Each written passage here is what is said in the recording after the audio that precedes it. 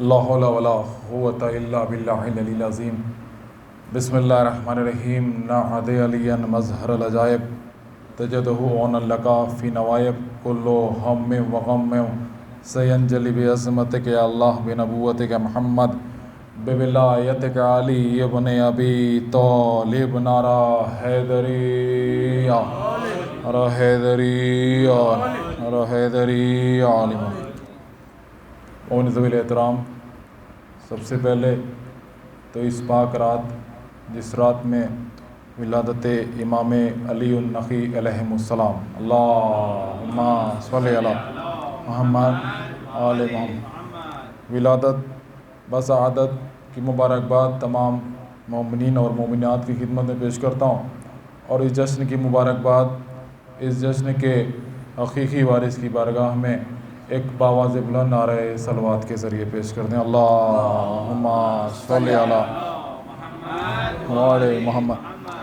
اور یہیں سے ہلال نقوی صاحب کے 4 مصروں سے اپنی گفتگو کا آغاز کرتا ہوں کہ آج کل کوئی بھروسہ نہیں میرے آقا، آج کل کوئی بھروسہ نہیں میرے آقا، زندگی کون سے لمحے میں بکھر جائے گی، آج کل کوئی بھروسہ نہیں میرے آقا، زندگی کون سے لمحے میں بکھر جائے گی، اور تیری محفل میں یہی سوچ کے ہوتا ہوں شریک، ایک رات اور حفاظت سے گزر جائے گی، تیری محفل میں یہی سوچ کے ہوتا ہوں شریک، ایک رات اور حفاظت سے گزر جائے گی، اور سورج کی طرح ہرج و نمودار ہوا ہے، سورج کی طرح ہرج و نمودار ہوا ہے، یہ آئینہ ایک رات میں تیار ہوا ہے،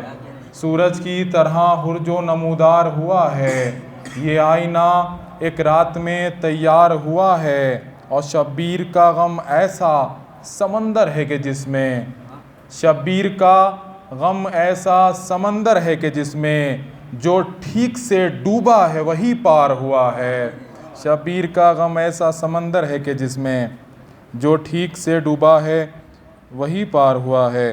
میں ممدوح کے حوالے سے 2 بند ہیں، میں حاضر کر دیتا ہوں کہ لے کر قلم جو آگے بڑھا میں پے کلام، لے کر قلم جو آگے بڑھا میں پے کلام، تھے روبرو فرشتے بسط عز و احترام، تھے روبرو فرشتے بسط عز و احترام، جوڑے کھڑا تھا ہاتھوں کو لفظوں کا ازدحام، کیونکہ میں لکھ رہا تھا محمد تقی کا نام، کیونکہ میں لکھ رہا تھا محمد تقی کا نام، حسن عمل کی دہر کو سوغات دے گیا، حسن عمل کی دہر کو سوغات دے گیا، تقوی کی کائنات کو خیرات دے گیا، تقوی کی کائنات کو خیرات دے گیا، باد تقی ہے ذکر نقی یا علی مدد، باد تقی ہے ذکر نقی یا علی مدد، ورد زباں ہے ناد علی یا علی مدد، مشکل میں بولتے ہیں سبھی یا علی مدد،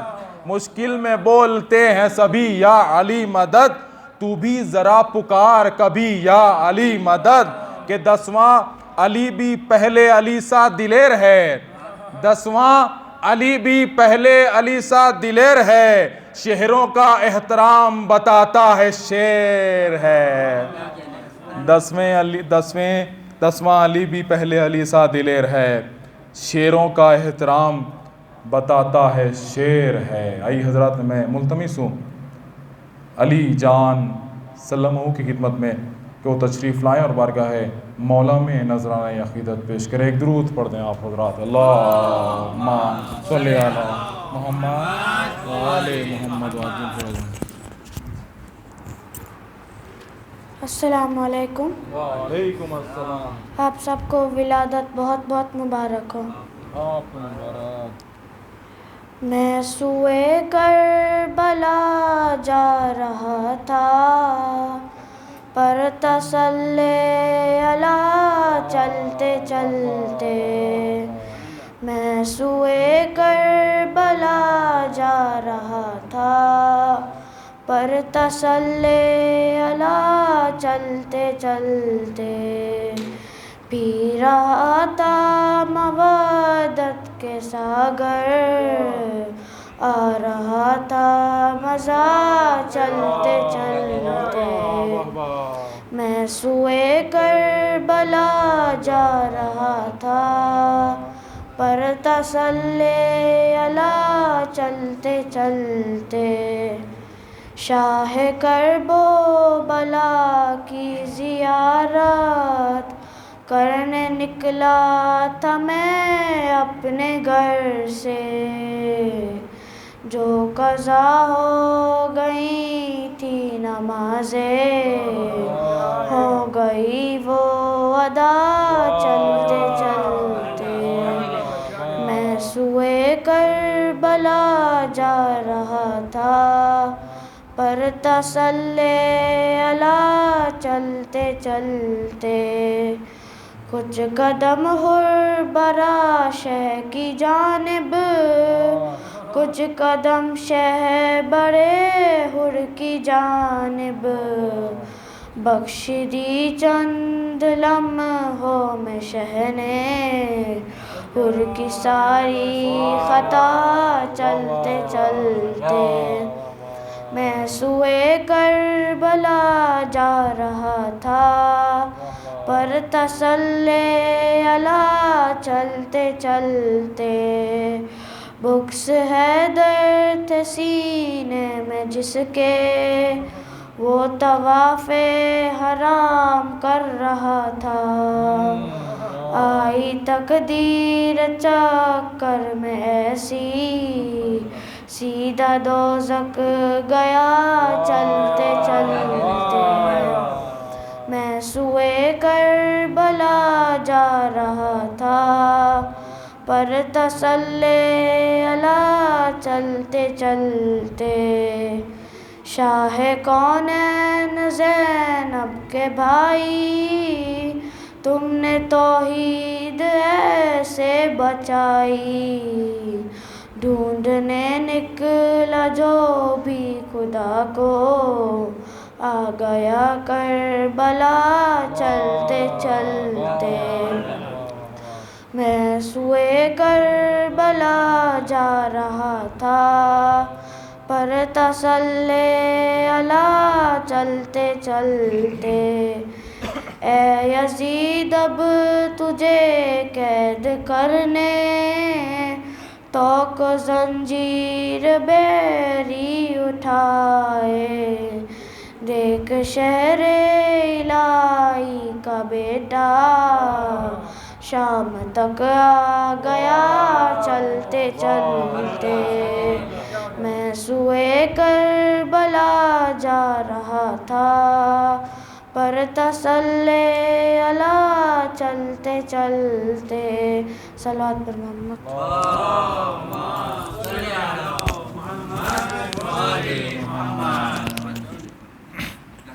کیا کہنے بہترین اشعار کہ ایک قدم ہر بڑا شہ کی جانب، ایک قدم شہ بڑے ہر کی جانب، بخش دی چند لمحوں میں شہ نے ہر کی ساری خطا چلتے چلتے۔ بہترین اشعار آپ سماعت کر رہے تھے، میں چار مصرے پڑھوں کہ بے قرار ہو کے زمانوں کی سبھی یادوں سے، بے قرار ہو کے زمانوں کی سبھی یادوں سے، دیکھیں سلطان تیری یاد میں کھو جاتے ہیں، بے قرار ہو کے زمانے کی سبھی یادوں سے، دیکھیں سلطان تیری یاد میں کھو جاتے ہیں، دل جو کہتا ہے چلو خواب میں جنت دیکھیں، دل جو کہتا ہے چلو خواب میں جنت دیکھیں، ہم عزا خانے کی دہلیز پہ سو جاتے ہیں، دل جو کہتا ہے چلو خواب میں جنت دیکھیں، ہم عزا خانے کی دہلیز پہ سو جاتے ہیں۔ اور محسن جناب ابو طالب کے حوالے سے بھی چار میں سے راضی کرتا ہوں کہ محسن اسلام کے ایمان پہ لڑنا چھوڑ دو، محسن اسلام کے ایمان پہ لڑنا چھوڑ دو، انگنت باپوں کی اولادوں اکڑنا چھوڑ دو، محسن اسلام کے ایمان پہ لڑنا چھوڑ دو، انگنت باپوں کی اولادوں اکڑنا چھوڑ دو، حضرت عمران کی سیرت ہے نعت مصطفیٰ، حضرت عمران کی سیرت ہے نعت مصطفیٰ، ہے ابو طالب سے نفرت نعت پڑھنا چھوڑ دو۔ حضرت عمران کی سیرت ہے نعت مصطفیٰ، ہے ابو طالب سے نفرت نعت پڑھنا چھوڑ دو۔ آئیے حضرات، میں حرف التماس لے کے بڑھ رہا ہوں برادر عزیز ابراہیم بھائی کی خدمت میں کہ وہ تشریف لائیں اور بارگاہ مولا میں نذرانہ عقیدت پیش کریں۔ ایک درود پڑھ دیں آپ حضرات، اللہم صلی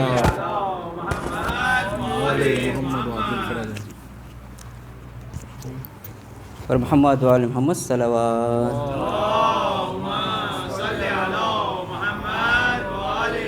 نعرہ تکبیر، نعرہ تکبیر، نعرہ رسالت، نعرہ حیدری، حیدری، حیدری، نعرہ صلوات۔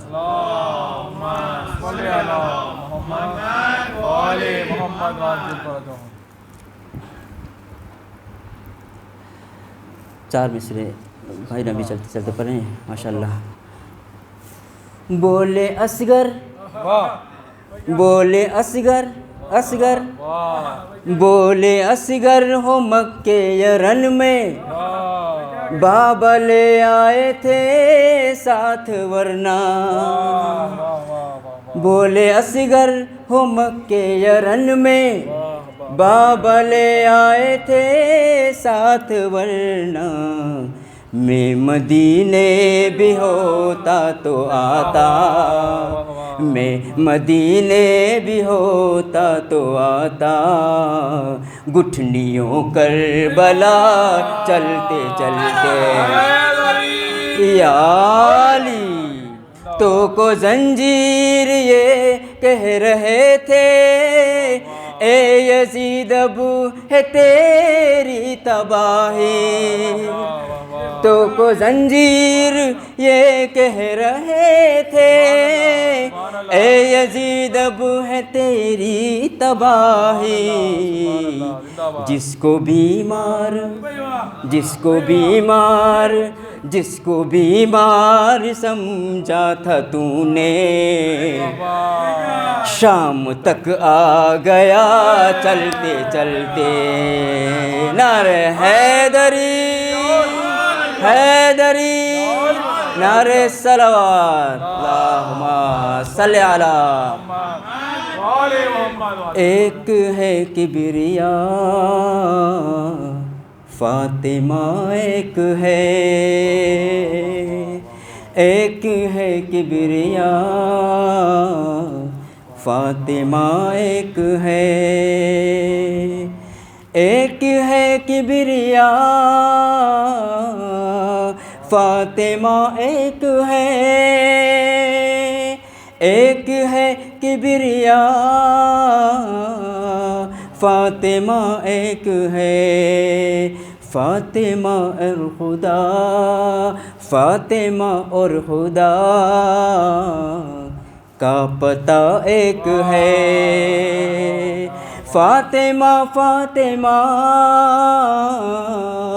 فاطمہ، فاطمہ، فاطمہ، فاطمہ، فاطمہ، فاطمہ، سورہ قدر کا ترجمہ ایک ہے، سورہ قدر کا ترجمہ ایک ہے۔ مریم و آسیہ ہاجرہ محترم، مریم و آسیہ ہاجرہ محترم، پر محمد تیری، پر محمد تیری فاطمہ ایک ہے، پر محمد تیری فاطمہ ایک ہے۔ قم نجف سامرا مشہد و کاظمین، قم نجف سامرا مشہد و کاظمین، جنتیں ہیں بہت، جنتیں ہیں بہت، کربلا ایک ہے۔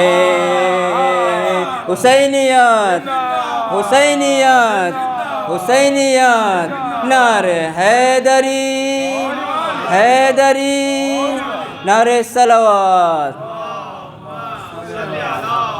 وفا جس کا پڑھے کلمہ اسے عباس کہتے ہیں، وفا جس کا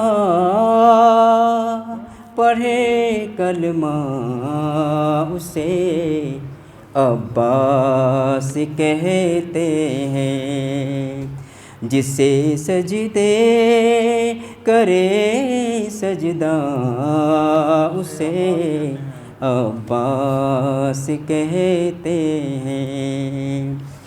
علی کا خون زہرا کی دعا، حسنین کی چاہت، علی کا خون زہرا کی دعا، حسنین کی چاہت، بنے ان سب سے جو مل کر اسے عباس کہتے ہیں۔ ہم حسین والے ہیں، ہم حسین والے ہیں، سب مل کے ہم حسین والے ہیں، ہم حسین والے ہیں، ہم نبی کے عاشق ہیں، ہم علی کے دیوانے، ہم علی کے، ہم نبی کے عاشق ہیں، ہم علی کے دیوانے، اور حسن سے نسبت ہے، ہم حسین والے ہیں، ہم حسین والے ہیں، ہم حسین والے ہیں۔ پر محمد وعلی محمد صلوات۔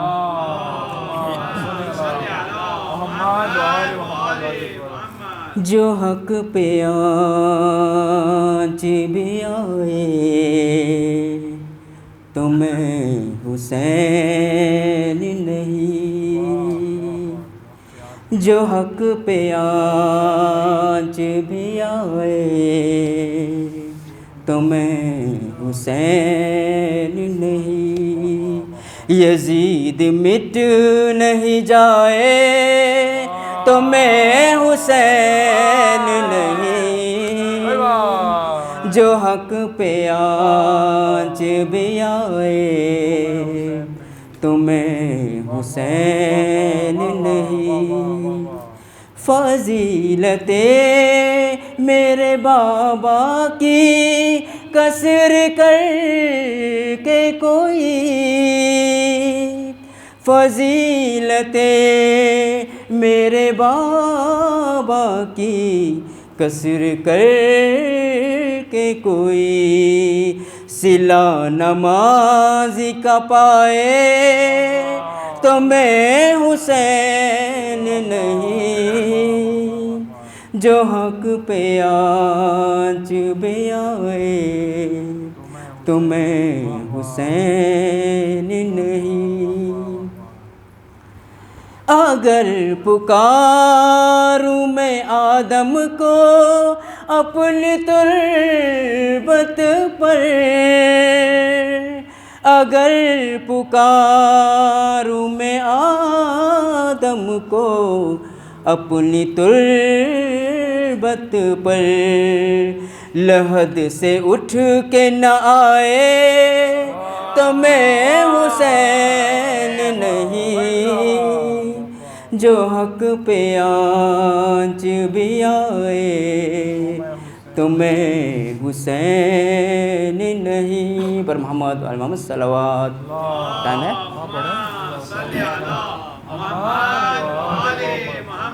حر نے وہی پہ رکھ دیا خیمہ سمیٹ کے. حر نے وہی پہ رکھ دیا خیمہ سمیٹ کے. حر نے وہی پہ رکھ دیا خیمہ سمیٹ کے.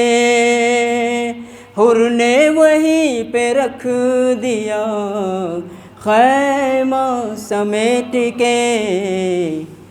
دنیا کے منہ پہ مار دی, دنیا کے منہ پہ مار دی دنیا سمیٹ کے. حر نے وہی پہ رکھ دیا خیمہ سمیٹ کے. حوروں نے اپنے واسطے خیمے بنا لیے. حوروں نے اپنے واسطے خیمے بنا لیے. اکبر تمہاری زلفوں کا, اکبر تمہاری زلفوں کا سایہ سمیٹ کے. حر نے وہی یا علی, حر نے وہی پہ رکھ دیا خیمہ سمیٹ کے. تیرا کرم نماز پہ ہے ورنہ اے حسین, تیرا کرم نماز پہ ہے ورنہ اے حسین. امت نے رکھ دیا تھا, امت نے رکھ دیا تھا مصلی سمیٹ کے. حر نے وہیں پہ رکھ دیا خیمہ سمیٹ کے. حر نے وہیں پہ رکھ دیا خیمہ سمیٹ کے. پر محمد وعلی محمد صلوات.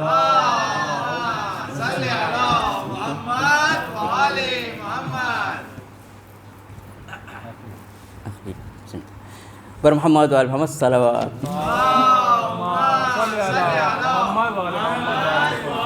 یا حسین یا عباس یا عباس یا حسین. بادشاہ بادشاہ بادشاہ بادشاہ بادشاہ بادشاہ بادشاہ بادشاہ. ایک سخا ہی سخا, ایک وفا ہی وفا. ایک سخا ہی سخا, ایک وفا ہی وفا. ایک کرم ہی کرم, ایک عطا ہی عطا, ایک عطا ہی عطا. ایک محمد کا بیٹا, ایک محمد کا بیٹا, ایک زہرا کی دعا. کربلا کربلا تیرے دو بادشاہ. سب مل کے کربلا کربلا تیرے دو بادشاہ. کربلا دو. ایک جوانان جنت کا سردار ہے, دوسرا باد خیبر علمدار ہے. ایک جوانان جنت کا سردار ہے, دوسرا باد خیبر علمدار ہے. ایک خدائے صبر و رضا، ایک خدائے صبر و رضا، ایک قرآن وفا۔ نعرہ تکبیر، نعرہ تکبیر، نعرہ رسالت، نعرہ حیدری، حیدری، حیدری، نعرہ صلوات۔ جزاک اللہ۔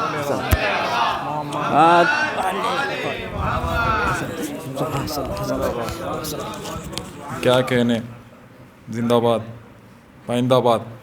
بہترین اشعار آپ سماعت کر رہے تھے، بہترین منقبتیں آپ سماعت کر رہے تھے اور بہترین پڑھ رہے تھے۔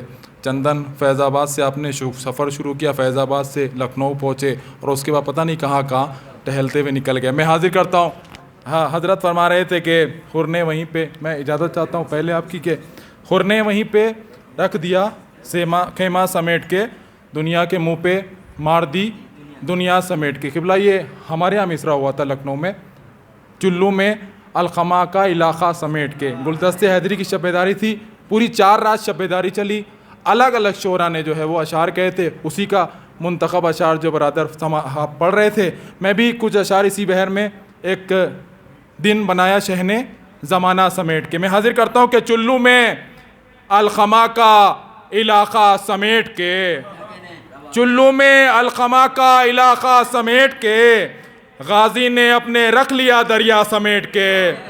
چلو میں الخما کا علاقہ سمیٹ کے، غازی نے اپنے رکھ لیا دریا سمیٹ کے، اتنی لٹائی جون کے چہرے نے روشنی، سورج امیر ہو گیا سایہ سمیٹ کے۔ اتنی لٹائی جون کے چہرے نے روشنی، سورج امیر ہو گیا سونا سمیٹ کے، اور مریم کو کیا ملے گا یہی سوچتا ہوں میں، مریم کو کیا ملے گا یہی سوچتا ہوں میں، سب مرتبہ تو لے گئی فضا سمیٹ کے۔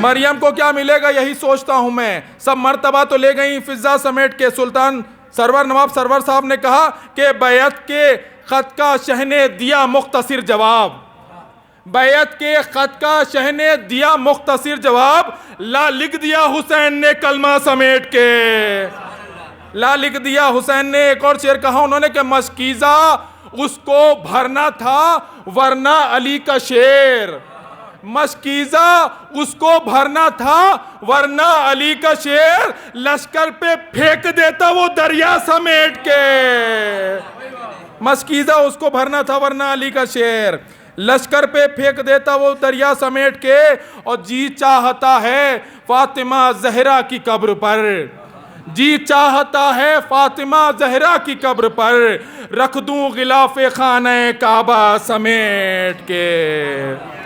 آئیے حضرات، میں نہایت ادب و احترام کے ساتھ حرف التماس لے کے بڑھ رہا ہوں حجت الاسلام والمسلمین علی جناب مولانا مجتبیٰ بنانی صاحب قبلہ و کعبہ خدمت میں کہ وہ افروز ممبر ہوں، اپنے بیان عالیہ سے مومنین کے قلوب کو منور فرمائے۔ بر محمد و آل محمد صلوات۔ اعوذ باللہ من الشیطان اللعین الرجیم، بسم اللہ الرحمن الرحیم، الحمد للہ الذی یخلق ولم یخلق ویرزق ولا یرزق ویطعم ولا یطعم، ثم الصلاة والسلام علی عبدک ونبیک وصفیک ورسولک وخیرتک من الخلق ابی القاسم محمد، اللہم صلی علی محمد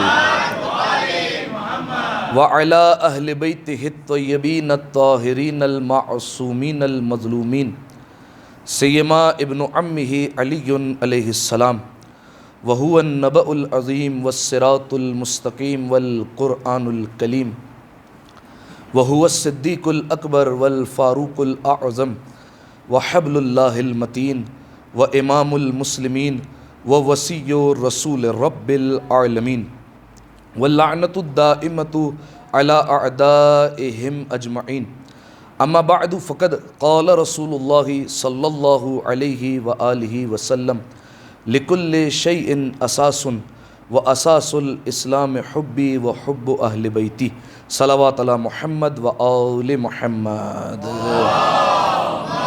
اللهم صل على محمد دعائے سلامتی امام زمانہ۔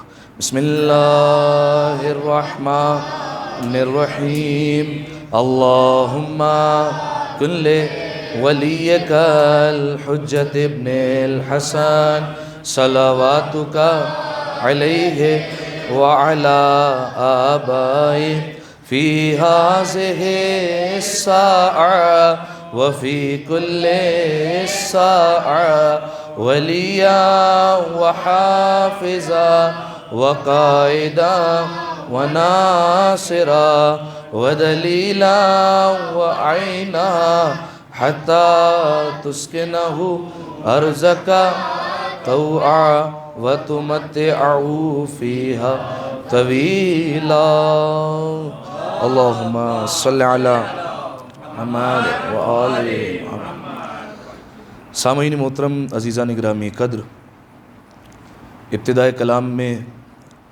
آپ تمام مؤمنین اور مؤمنات کی خدمت میں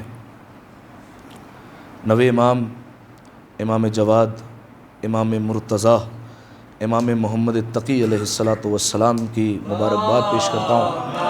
صلی علی محمد۔ ساتھ ہی ساتھ باب الحوائج شہزادہ علی اصغر کی ولادت کی بھی مبارکباد پیش کرتا ہوں، اور بالخصوص زمانے کے امام کی خدمت میں ہدیہ تبریک اور تہنیت پیش کرنے کے لیے ایک دفعہ مل جل کر بآواز بلند صلوات ہدیہ کرتے ہیں۔ اللہم صلی علی محمد وعلی محمد۔ سامعین محترم، آج کی اس مقدس اور پاکیزہ محفل کے لیے جس حدیث مبارکہ کو آپ کی خدمت میں پیش کیا وہ دراصل رسول اسلام کی ایک حدیث ہے۔ ارشاد فرمایا لِكُلِّ شَيْءٍ أَسَاسٌ، کہ ہر چیز کی کوئی نہ کوئی بنیاد ہوا کرتی ہے، ہر چیز کی کوئی نہ کوئی بیس ہوا کرتی ہے۔ آپ جانتے ہیں بنیاد کا بڑا اہم کردار ہے، اگر بنیاد نہ ہو تو وہ شے اپنے قدموں پر کھڑی نہیں رہ سکتی۔ جیسے بالفرض یہ درخت ہم جو دیکھتے ہیں، ان درختوں کی بھی ایک بنیاد ہے جنہیں جڑیں کہا جاتا ہے۔ اگر یہ بنیاد ہی نہ ہو تو درخت کھڑا نہیں رہ سکے گا بلکہ گر جایا کرے گا۔ اسی طریقے سے یہ بڑی بڑی عمارتیں، یہ اونچی اونچی بلڈنگیں، ان کی بھی ایک بیس ہے، ان کی بھی ایک بنیاد ہے۔ اگر بنیاد نہ ہو تو یہ عمارتیں منہدم ہو جائیں گی، یہ عمارت گر جایا کریں گی۔ اسی طریقے سے انسان خود اپنے وجود پر غور کرے کہ انسان کا وجود اس کے قدموں پر کھڑا ہوا ہے، اس کے پیروں پر کھڑا ہوا ہے، یعنی پیر اس کی بنیاد ہے۔ اگر یہ پیر نہ ہو، یہ پیر کاٹ دیے جائیں، یہ پیر ہٹا دیے جائیں تو انسان منہ کے بل گر پڑے گا اور انسان کھڑا نہیں رہ سکے گا۔ تو اسی طریقے سے رسول اللہ نے فرمایا اور فارمولہ دے دیا اور کلیہ دے دیا کہ لِكُلِّ شَيْءٍ أَسَاسٌ، یہ دو چار چیزیں نہیں، ہر چیز کی کوئی نہ کوئی بنیاد ہوا کرتی ہے۔ وَأَسَاسُ الْإِسْلَامِ حُبِّي وَحُبُّ أَهْلِ بَيْتِي، فرمایا اسلام جس پلر پر، جس ستون پر ٹکا ہوا ہے وہ میری اور میرے اہل بیت کی محبت ہے۔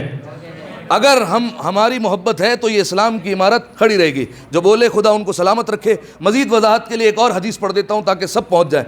پانچویں امام، امام محمد باقر علیہ السلام، اللہم صلی علی محمد وآل محمد۔ یہ حدیث پانچویں امام سے بھی ہے، چھٹے امام سے بھی ہے، مختلف حدیثیں آئی ہیں، لہٰذا مفہوم آپ کی خدمت میں پیش کر رہا ہوں کہ پانچویں امام سے پوچھا گیا مولا یہ بتائیے مد دین، یہ دین کیا ہے؟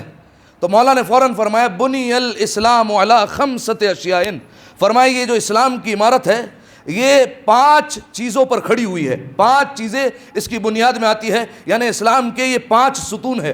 اگر یہ 5 ستون نہ ہو تو یہ اسلام کی عمارت نہیں ٹھہر سکتی، اسلام کی عمارت گر پڑے گی۔ اب آپ جانتے ہیں اسلام میں کیا کیا ہے؟ اسلام میں واجبات ہیں، اسلام میں محرمات ہیں، اسلام میں مستحبات ہیں، مکروہات ہیں، عقائد ہیں، فقہ کے احکام ہیں، اخلاق ہے، یہ ساری کی ساری چیزیں مل کر بنتی ہے اسلام۔ اور امام فرما رہے ہیں یہ پوری عمارت 5 چیزوں پر ٹکی ہوئی ہے۔ مولا وہ 5 چیزیں کون سی ہے؟ فرمایا الصلاۃ والزکاۃ والصوم وحج البیت وولایۃ لنا اہل البیت۔ فرمایا 5 چیزوں پر کھڑی ہوئی ہے، سلامت رہیے۔ فرمایا نماز، روزہ، حج، زکوٰۃ اور ہم اہل بیت علیہ السلام کی ولایت۔ یہاں پر اگر راوی نہ پوچھتا روایت ختم ہو جانی تھی، لیکن پوچھ لیا فرزند رسول ذرا بتائیے۔ اب آپ جانتے ہیں امام کی بزم بیٹھنے والے سارے ایک جیسے تو نہیں ہیں، کچھ منافق بھی بیٹھا کرتے تھے، کچھ مومن بھی بیٹھا کرتے تھے۔ مولا سے پوچھ لیا گیا مولا یہ بتائیے کہ ان 5 میں سے سب سے افضل کیا ہے، سب سے ضروری کیا ہے، سب سے اہم کیا ہے؟ اب سوال کرنے کا ایک ادب ہے اور ادب کا تقاضا یہ ہے کہ جب سوال پوچھ لیا جائے تو کچھ دیر خاموش رہو تاکہ سامنے والا جواب تو دے دے. لہذا یہ کوئی بے ادب تھا جس نے سوال کیا اور فوراً پھر کہنے لگا اچھا مولا سب سے افضل نماز ہوگی. مولا نے کہا لا واللہ اللہ, نہیں خدا کی قسم نہیں, نماز ضروری ہے لیکن نماز ان سب میں افضل نہیں ہے. کہا پھر روزہ ہوگا؟ فرمایا نہیں ان سب میں روزہ بھی سب سے افضل نہیں ہے. پھر مجمع کی طرف رک کر کے کہتا ہے حج یقیناً افضل ہوگا. فرمایا نہیں حج بھی سب سے افضل نہیں ہے. فرمایا کہ پھر میرا کہنا ہے کہ زکوٰۃ سب سے افضل ہوگی. مولا نے کہا نہیں زکوٰۃ بھی افضل نہیں ہے. 4 چیزیں چھوڑ دی, ایک چیز رہ گئی. اس کے چہرے پر زردی آ گئی, موت کا رنگ آ گیا, چہرہ بدل گیا, شجرہ پہچان کرانے لگا. کہا مولا یہ کیا بات ہو گئی؟ نماز اللہ کی ہے وہ افضل نہیں ہے, روزہ اللہ کا ہے وہ افضل نہیں ہے, حج اللہ کے لیے کیا جاتا ہے وہ افضل نہیں ہے, زکوٰۃ اللہ کے لیے دی جاتی ہے وہ افضل نہیں ہے, اور آپ لوگوں کی ولایت سب سے افضل ہو گئی. امام نے کہا خدا تیرا منہ توڑے, نماز سفر میں قصر ہو جاتی ہے, روزہ بیماروں پر معاف ہوتا ہے, حج صاحب استطاعت پر ہوتا ہے, زکوٰۃ صرف مالداروں پر ہوتی ہے. ہماری ولایت امیروں پر بھی واجب, غریبوں پر بھی واجب, صحت مند پر بھی واجب, بیماروں پر بھی واجب. کوئی ایسی حالت نہیں جس میں ہماری ولایت پر رخصت دے دی جائے. یہ امام نے فرمایا. آپ جانتے ہیں مولا نے فرمایا کہ دیکھو جیسا اہتمام ولایت کے لیے کیا گیا ویسا کسی کے لیے نہیں کیا گیا. آپ بتائیے ایک مقام کہ رسول اللہ نے نماز کے لیے مجمع اکٹھا کیا ہو, ایک مقام بتائیے, ایک موقع بتائیے کہ رسول اللہ نے روزے کی تبلیغ کے لیے مجمع اکٹھا کیا ہو کہ دیکھو آج مجھ پر روزے کا پیغام آیا ہے اور مجھے حکم دیا ہے روزہ پہنچاؤ. ایک حکم آپ کو نہیں ملے گا, کہیں آپ کو نہیں ملے گا حج اور زکوٰۃ کے لیے رسول اللہ نے مجمع لگایا ہو. لیکن ایک موقع ملتا ہے, جو آگے چلے گئے تھے انہیں پیچھے بلایا, جو پیچھے رہ گئے تھے ان کا انتظار کیا, سب کو جمع کیا, ممبر بنا کر کہا من کنت مولا ہو فہذا علی مولا. فرمایا جیسا ولایت کے لیے اہتمام کیا گیا, جیسے ولایت کے لیے ندا دی گئی, فرمایا ایسے کسی کے لیے نہیں دی گئی. فرمایا لیکن افسوس یہ ہے لوگوں نے 4 کو چھوڑ دیا, 4 کو تھام لیا اور 1 کو چھوڑ دیا, یعنی ولایت کو چھوڑ دیا, ولایت کو ترک کر دیا. اس کے بعد مولا نے کہا سب احکام میں رخصت مل سکتی ہے, ولایت میں رخصت نہیں ہے. جو میں نے آپ کے سامنے پڑھا کہ نماز سفر میں قصر ہو جاتی ہے. آپ کوئی مہمان آیا ہو آپ کا, یا ہمارے مہمان تشریف فرمائے, آپ ان کو عشاء کی نماز پڑھتے ہوئے دیکھ لیں, اور عشاء کی نماز یہ 2 رکعت پڑھیں. آپ نماز کے بعد پہنچ جائیں حضور آپ نماز پڑھتے ہیں اور اتنے عرصے سے پڑھتے ہوئے ارے آپ کو نماز کا طریقہ کار نہیں پتہ, عشاء کی نماز تو 4 رکعت ہوتی ہے. وہ جیب سے ID کارڈ نکالیں اور دکھا دیں حضور یہاں کا ہوئی نہیں, مسافر ہوں, رخصت مل جائے گی. ٹھیک ہے مسافر ہے, شریعت نے اجازت دی ہے, اب 4 والی کو 2 کر دو. ٹھیک ہے. ماہ رمضان میں آپ کسی کو دیکھیں کوئی چھپ کر پکوڑے کھا رہا ہو, ٹھیک ہے, اور آپ اس کے پاس پہنچ جائے اور گریبان پکڑیں اور آپ کو روزہ بھی لگا ہوا ہو اور آپ گریبان پکڑ کر شرم نہیں آتی؟ ماہ رمضان میں مسلمانوں کی بے احترامی کرتے ہو, روزے کی بے احترامی کر رہے ہو, پکوڑے کھا رہے ہو اکیلے اکیلے. فرمایا یہ کیسے کھا رہے ہو تم, ماہ رمضان ہے تمہیں پتہ نہیں؟ وہ جیب سے ڈاکٹر کی پرسکرپشن نکال دے, حضور بیمار ہو. اب جیسے یہ بیمار کا ٹیگ آیا اجازت مل جائے گی, رخصت مل جائے گی. ٹھیک ہے. آپ نے کسی کو کہا کہ تمہیں پتہ نہیں ہے کہ اللہ نے حج واجب کیا ہے, اگر جان بوجھ کر حج پر نہ جایا جائے تو پھر انسان مرتے وقت یا یہودی مرتا ہے یا نصرانی مرتا ہے, رسول کے اسلام پر نہیں مرتا. کیا تمہیں نہیں پتہ؟ وہ کہے حضور بالکل پتہ ہے, لیکن بات یہ ہے کہ میں آج تک زیارت پر نہ جا سکا, حج پر کیا جاؤں گا, اتنی استطاعت نہیں ہے. ایک شخص کو آپ دیکھیں کہ وہ زکوٰۃ نہیں دیتا, آپ کہیں حضور آپ زکوٰۃ نہیں دیتے, اللہ نے آپ کو رزق عطا کیا ہے. کہا اللہ نے بے شک رزق عطا کیا ہے, اس نے رزق کی ضمانت بھی لی ہے, لیکن بات یہ ہے کہ میں خود زکوٰۃ کا مستحق ہوں, اگر کوئی ہو تو بتائیے گا تاکہ مجھے بھی زکوٰۃ مل جائے. اب ان تمام تر چیزوں میں رخصت مل جائے گی. لیکن اگر آپ کسی سے پوچھیں کہ علی کی ولایت کو کیوں نہیں مانتے, اب وہ کہنے لگے بیمار ہوں, وہ کہے مسافر ہوں, صحت مند ہوں, مریض ہوں, اب کوئی بہانہ نہیں چلے گا, اب کوئی رخصت نہیں مل سکتی. امام نے کہا ہر حالت میں واجب ہے, ہر حالت میں ولایت کو ماننا پڑے گا. ہاں ولایت کو ایک شخص چھوڑ سکتا ہے, اشارہ کر دیتا ہوں, کیونکہ ولایت باپ کی وراثت سے نہیں ملتی, ماں کی شرافت سے ملا کرتی ہے. ارے یار ہاں تو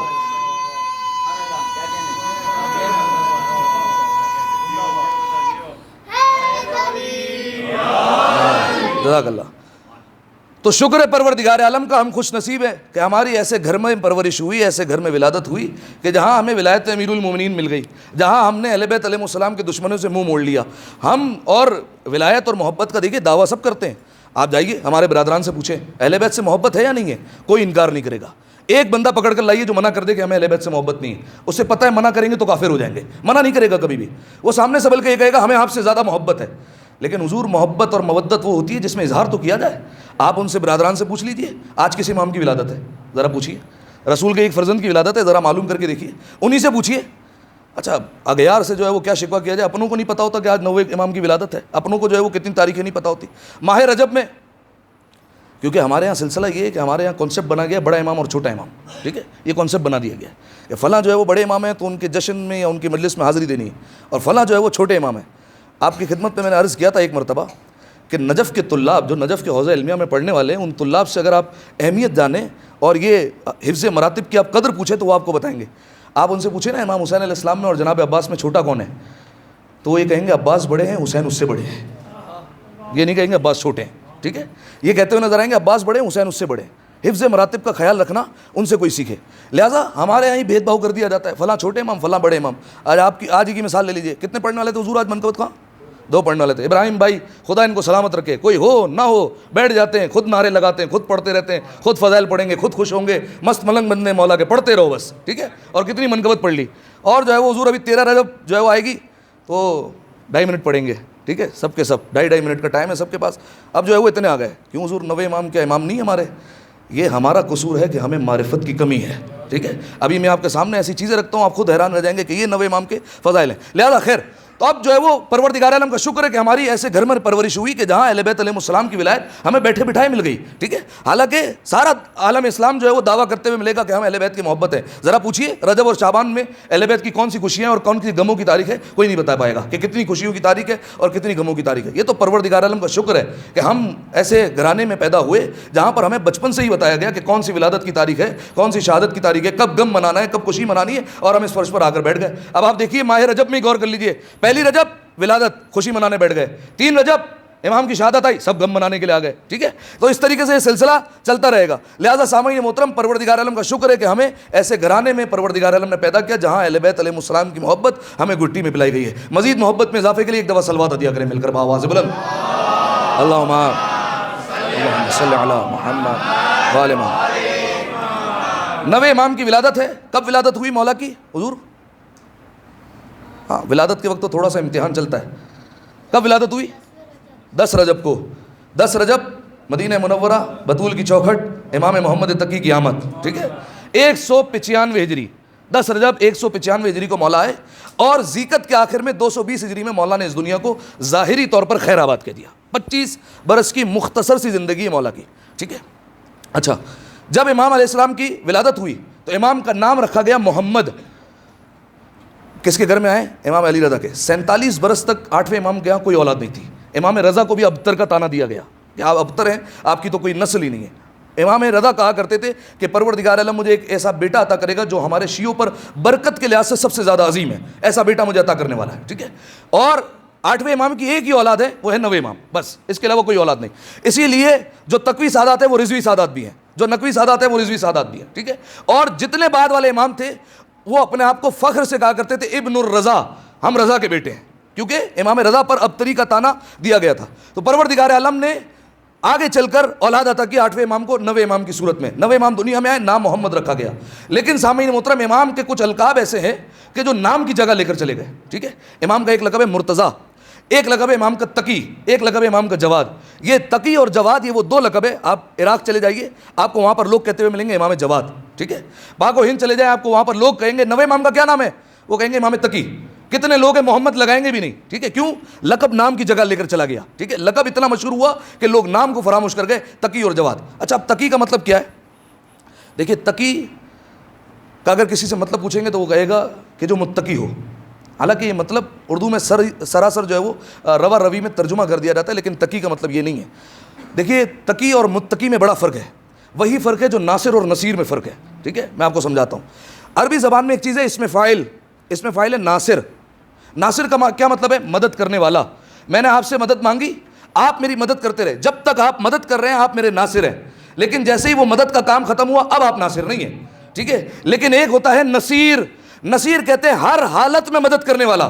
یاد کیجئے رسول اللہ کی دعا, وَاجْعَلْ لِي مِن لَدُنْكَ سُلْطَانًا نَصِيرًا. پالنے والے اپنی طرف سے مجھے کوئی ناصر نہ دے, نصیر دے, جو اٹھے تو مدد کرے, بیٹھے تو مدد کرے, سوئے تو مدد کرے, ہر حالت میں مدد کرنے والا ہو, ایسا مجھے نصیر عطا کر. تو ناصر اور نصیر کا فرق سمجھ میں آیا؟ یہی فرق ہے متقی اور تقی میں. متقی کہ جو تقوی اپنائے رکھے ہو, لیکن ممکن ہے آج متقی ہو, کل بالفرض بہک جائے, گناہ کر بیٹھے اور شیطان کی باتوں میں آ جائے, فسق و فجور کی دنیا گزارنے لگے, اب متقی نہیں ہے. لوگ کیا کہیں گے؟ کل متقی تھا اب متقی نہیں ہے. لیکن جس کی ولادت سے شہادت تک ایک لمحہ بھی تقوی سے خالی نہ ہو اسے تقی کہا جاتا ہے، اسے تقی کہتے ہیں، ٹھیک ہے۔ اسی طریقے سے امام کا دوسرا لقب جواد، اچھا یہ دو طریقے سے پڑھا جاتا ہے، یہ جواد بھی پڑھا جاتا ہے، جواد بھی پڑھا جاتا ہے، ٹھیک ہے۔ جواد اگر اوپر شد نہ لگائیں واؤ کے اوپر تو یہ جواد یہی صفت مشبہ کا اسی کا ہے، یعنی کیا مطلب، جو ہر حالت میں عطا کرنے والا ہو، ٹھیک ہے، وہ زندگی میں بھی عطا کرے، مرنے کے بعد بھی عطا کرتا رہے، اسے کہتے ہیں جواد، ٹھیک ہے، کبھی بھی سخاوت اس کے یہاں سے نہ جائے۔ جواد بہت زیادہ عطا کرنے والا، سخی اور جواد میں ایک فرق ہے، سخی وہ ہوتا ہے جو مانگنے کے بعد عطا کرتا ہے، جواد وہ ہوتا ہے جو مانگنے سے پہلے عطا کر دیا کرتا ہے، اس کو کہتے ہیں جواد، ٹھیک ہے، مانگنے سے پہلے عطا کر دیا کریں حضور آپ، ٹھیک ہے، مانگنے سے پہلے جو عطا کر دے اسے جواد کہا جاتا ہے، ٹھیک ہے۔ اب دیکھیے، آپ غور کیجئے، اہل بیت علیہ السلام کے گھرانے میں دیکھیے، ایک مثال میں ہمیشہ کہتا ہوں، اگر بالفرض کہیں پر اندھیرا ہو اور کوئی چراغ جلا دے تو وہاں پر جو ہے وہ کہا جائے گا کہ فلاں جگہ پر اندھیرا تھا اور اس نے روشنی جلا دی، تو یہ کمال نہیں ہے کہ اندھیرے میں روشنی کر دینا، جہاں پر پہلے سے ہی روشنی ہو وہاں پر روشنی کر دینا یہ کمال ہوتا ہے۔ یعنی میں کیا کہنا چاہ رہا ہوں، 90 امام کو جواد کہا گیا، کس خاندان میں؟ جہاں امیر المومنین یہ کہہ رہے ہیں کہ میں اتنا سخی تھا جتنا مجھ سے کسی نے نہیں مانگا، ٹھیک ہے، جتنا بڑا عالم تھا اتنا کسی نے پوچھا نہیں، جتنا بڑا سخی تھا اتنا کسی نے مانگا نہیں، جہاں حسن مجتبیٰ کے دسترخوان مشہور ہے، جہاں حسین بچپنے میں راہب کو بیٹے عطا کر دے، فطر اس کو پر عطا کر دے، زین العابدین راتوں کو نکل کر کاندھے پر بوریاں رکھے اور مسکینوں کو، یتیموں کو، سب کو کھانا پہنچائے، انہیں جواد نہیں کہا گیا۔ محمد باقر اور جعفر صادق علم کی خیرات بانٹتے رہے، اپنوں کو بھی غیروں کو بھی، جواد نہیں کہا گیا۔ موسیٰ کاظم اور رضا اپنوں کو بھی عطا کرے، غیروں کو بھی عطا کرے، جواد نہیں کہا گیا۔ سخی کے خاندان میں جواد ہونا اور ہوا کرتا ہے۔ 90 امام جو سخاوت کا خاندان تھا پورا، وہاں پر اپنے آپ کو منایا جواد، ٹھیک ہے، میں ہوں جواد جو بغیر مانگے عطا کر دیا کرتا ہے، یہ ہے 90 امام کی عظمت۔ یہی وجہ ہے کہ 8ویں امام نے فرمایا ھذا المولود الذی یولد فینا اعظم برکتا علی شیعتنا، فرمایا یہ جو مولود ہمارے یہاں پیدا ہوا ہے، فرمایا یہ کوئی عام بچہ نہیں ہے، فرمایا یہ ہمارے شیعوں پر برکت کے لحاظ سے ہم سب سے زیادہ عظیم ہیں۔ 90 امام 25 سال کی زندگی ہے، لیکن کیا کہا جا رہا ہے، برکت کے لحاظ سے ہم سب سے زیادہ عظیم ہیں۔ آپ دیکھیے 8ویں امام امام علی ابن موسیٰ الرضا علیہ الصلوۃ والسلام، اللہم صلی علی محمد۔ 8ویں امام کے پاس ایک شخص آیا، امام کے پاس جو شخص آیا وہ نابینا تھا، مولا سے آ کر کہتے ہیں مولا دعا کر دیں کہ اللہ مجھے آنکھیں دے دے، بہت مشکل ہوتی ہے، بہت پریشانی ہوتی ہے کہ میں دیکھ نہیں پاتا، یہ دنیا کی رنگینیاں دیکھنے سے میں محروم ہوں، مجھے کچھ نہیں پتا کہ دنیا میں کیا ہے کیا نہیں ہے، ساری چیزوں سے قاصر ہوں، سنی سنائی باتوں پر یقین ہے، آنکھوں پر ہاتھ پھیر دیں، دعا کر دیں تاکہ میں بینا ہو جاؤں اور دیکھ سکوں آج کے بعد۔ 8ویں امام نے کاغذ اور قلم اٹھایا اور خط لکھا 90 امام کے نام۔ 8ویں امام کہاں ہے؟ طوس میں، 90 امام کا ہے مدینہ میں۔ 8ویں امام نے خط دے کر کہا جاؤ سفر کرو اور مدینہ پہنچو اور میرے بیٹے سے کہو وہ تمہیں شفا دے گا۔ 8ویں امام نے کہا کیونکہ میرا بیٹا جواد ہے، جاؤ اس کے پاس۔ 8ویں امام نے خط لکھا، اس نے مدینہ تک کا سفر کیا، مدینہ پہنچا، 90 امام کے پاس جیسے ہی آیا امام نے تحریر لی، اپنے بابا کی تحریر آنکھوں سے لگائی اور اسے چوما، اور اس کے بعد امام نے کہا ذرا میرے قریب آؤ، امام نے اس کی آنکھوں پر ہاتھ پھیرا۔ 90 امام کا سن کیا ہے اس وقت؟ مولا زیادہ سے زیادہ 5 برس کے ہوں گے، 6 برس کے ہوں گے یا 7 برس کے ہوں گے، بس اس سے زیادہ عمر نہیں، کیونکہ 4 سال کے جب تھے 8ویں امام نے سفر کر لیا تھا خراسان کا، اب یا تو 5 برس کے یا 6 برس کے یا 7 برس کے، کیونکہ 7 برس کے جب ہوئے تو 8ویں امام دنیا سے چلے گئے۔ امام اتنے کم سنی میں اسے کہہ رہے ہیں ذرا میرے قریب آؤ، امام نے اس کے آنکھوں پر ہاتھ پھیرا، ٹھیک ہے، ید اللہ ہی ہاتھ آنکھوں پر پھیرا گیا، جیسے پھیرا گیا اس کی آنکھیں کھل گئی اور دیکھنے لگا۔ کتنا خوش نصیب ہے، پہلا چہرہ دیکھا تو محمد کے بیٹے کا دیکھا، کتنا خوش نصیب ہے، پہلا چہرہ ہی دیکھا اور 90 امام کا دیکھا۔ اور اس کے بعد دیکھیے 90 امام کا جب چہرہ دیکھا، اب لوگ اعتراض کر سکتے ہیں کہ بھلا یہ کیسے ہو سکتا ہے کہ 90 امام اتنے چھوٹی عمر میں، اتنی کم عمر میں، 4 برس کے، 5 برس کے، 6 برس کے ہاتھ پھیر رہے ہیں اور شفا مل رہی ہے؟ تو ہم ان سے کہیں گے ذرا ہوش کے ناخن لو اور جاؤ قرآن پڑھو، یعقوب نبی جیسا جب نابینا ہو جاتا ہے، یوسف کا کرتا شفا بانٹ سکتا ہے تو 90 امام کا ہاتھ شفا نہیں بانٹ سکتا ہے؟ کیا یہ ہاتھ شفا نہیں بانٹے گا؟ لہذا 90 امام نے شفا دی۔ اب سوال، 8ویں امام نے وہیں پر شفا کیوں نہیں دے دی طوس میں؟ مولا بھی تو شفا دے سکتے تھے، یہ مدینہ بھیجنے کی کیا ضرورت تھی؟ نابینا ہے مولا، اتنی پریشانی ہوگی سفر کرنے میں۔ مولا نے کہا نہیں، تاکہ عظمت کا پتہ چلے، تاکہ ہمارے بیٹے کی قدر معلوم ہو کہ اس کی قدر کیا ہے، تاکہ ہمارے شیعوں کو معرفت ہو کہ یہ ہمارا بیٹا عطا کرنے والا ہے، تاکہ ان سے توسل کرے، ان سے مانگے۔ لہذا سامعین محترم 8ویں امام نے اس طریقے سے تعارف کروایا۔ اب مولا کی عمر میں نے آپ کو بتایا اس وقت 5 برس کی تھی یا 6 برس کی تھی۔ جب 90 امام 7 برس کے ہوئے تو 8ویں امام اس دنیا سے چلے گئے، ٹھیک ہے۔ یہ پہلا موقع تھا شیعوں کے امتحان کا۔ کیوں؟ شیعوں کا امتحان اس لیے تھا کہ اتنی کم سنی میں کسی کو امام ماننا ہے، 7 سال کا بچہ اور امام ہو جائے گا، یہ کیسے ہو سکتا ہے؟ اس سے پہلے آپ غور کر لیجئے جتنے امام گزرے ان کو امامت جوانی میں ملی ہے. اچھا یہ بات یاد رکھیے, امام بچپنے میں بھی امام ہوا کرتا ہے, ٹھیک ہے, جب سے آتا ہے دنیا میں امام ہوتا ہے, لیکن جب دو امام ایک دور میں جمع ہو جائے تو ایک خاموش رہتا ہے, ایک بولتا ہے, ٹھیک ہے, یہ طریقہ کار ہے. حسن اور حسین ایک دور میں اگر آئیں گے تو حسن بولیں گے, حسین خاموش رہیں گے. حسین اور سجاد ایک دور میں آئیں گے تو سجاد کو خاموش رہنا ہے, حسین کو بولنا ہے. لیکن امامت کا آغاز کب ہوتا ہے؟ جب پچھلا امام دنیا سے چلا جاتا ہے, اس وقت امامت کا آغاز ہو جاتا ہے. اب پچھلے اماموں پر اگر آپ غور کیجئے, سب کو امامت جو ملی وہ جوانی کے عالم میں ملی. اب تھوڑا سا امتحان لے لیں, ذرا بتائیے امیر المومنین کو کب امامت ملی؟ کتنے سال کے تھے مولا جب امامت ملی؟ یعنی رسول اللہ دنیا سے گئے تو امیر کائنات کی کیا عمر مبارک تھی؟ کتنے سال کے تھے؟ اچھا معاملہ ہجری کا آ گیا نا, اب یہاں پر ہجری ہے, عام الفیل ہے, بعثت ہے, حساب کرنا مشکل ہو گیا. 34 برس کے تھے امیر کائنات جب امامت کا آغاز ہوا. امام حسن علیہ السلام کتنے برس کے؟ 37 برس کے, ٹھیک ہے, معذرت 37 برس کے, ٹھیک ہے. امام حسین علیہ السلام 46 برس کے, 46 برس میں امامت کا آغاز ہو رہا ہے. امام زین العابدین علیہ السلام 23 برس کے. امام باقر علیہ السلام 38 برس کے. امام صادق علیہ السلام 31 برس کے. امام کاظم 20 برس کے. امام رضا 35 برس کے, ٹھیک ہے. یہ جو امامت ملی جوانی کے عالم میں ملی یا جوانی کے بعد ملی.